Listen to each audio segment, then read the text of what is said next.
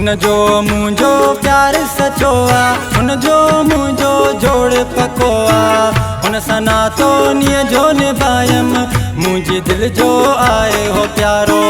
उन सां नातो नीअ जो निभायमि, मुंहिंजी दिलि जो आहे हो प्यारो। इन कलाम जी ख़ासि फरमाइश आहे मामू जामोट, नसरुल्ला जामोट, शबीर जामोट, मोहम्मद हसन शाह, आसिफ अली शाह। हिन गाने जो शाइर सलीम शाह। ये आवाज़ अली अकबर खास की जी उथा लगा।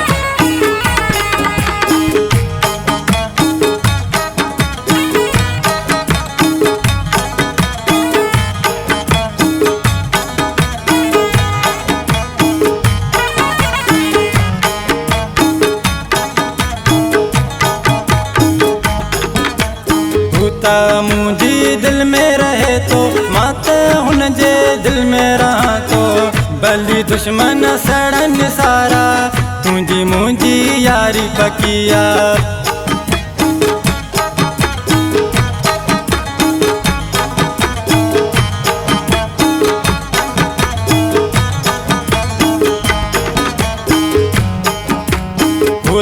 मुंहिंजी दिल में रहे तो मां त हुनजी दिल में रहां तो।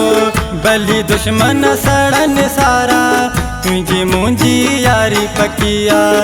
भली दुश्मन सड़न सारा, तुंहिंजी मुंहिंजी यारी पकी आहे। हुनजो मुंहिंजो प्यार सचो आहे, हुनजो मुंहिंजो जोड़ पको आहे। हुन सां नातो नीअ जो निभायमि, मुंहिंजी दिलि जो आहे हो प्यारो।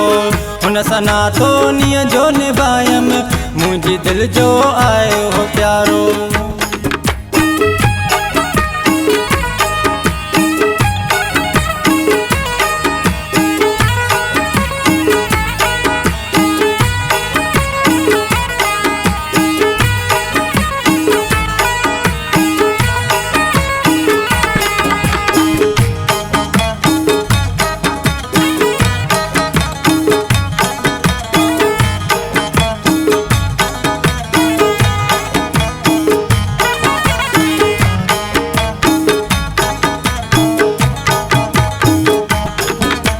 परदेस वारो मुंहिंजो जानी, हिन ईद ते मुंड ईंदो। अची मूंखे प्यार ॾींदो, परवाह कंहिंजी न कंदो।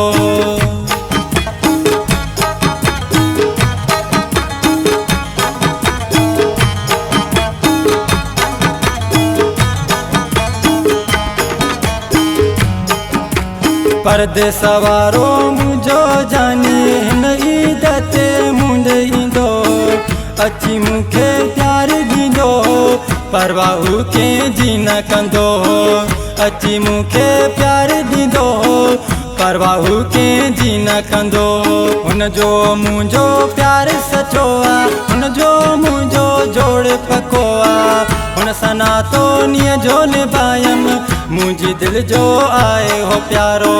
हुन सां नातो नीअ जो निभायमि, मुंहिंजी दिलि जो आहे हो प्यारो।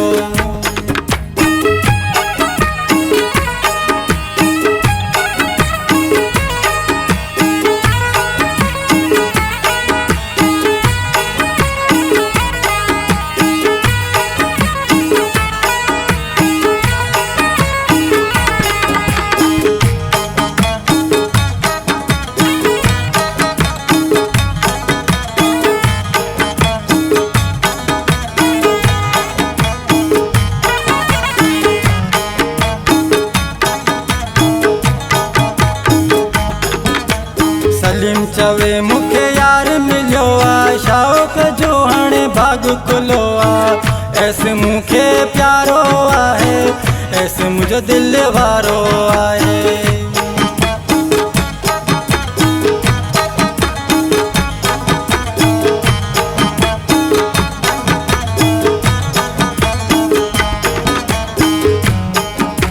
सलीम चवे मुखे यार मिलियो आ शौक़ जो हाणे भाग खुलो आ ऐसे मुखे प्यारो आहे ऐसे मुझो दिल वारो आहे ऐसे मुखे प्यारो आहे ऐसे मुझो दिल वारो आहे हुन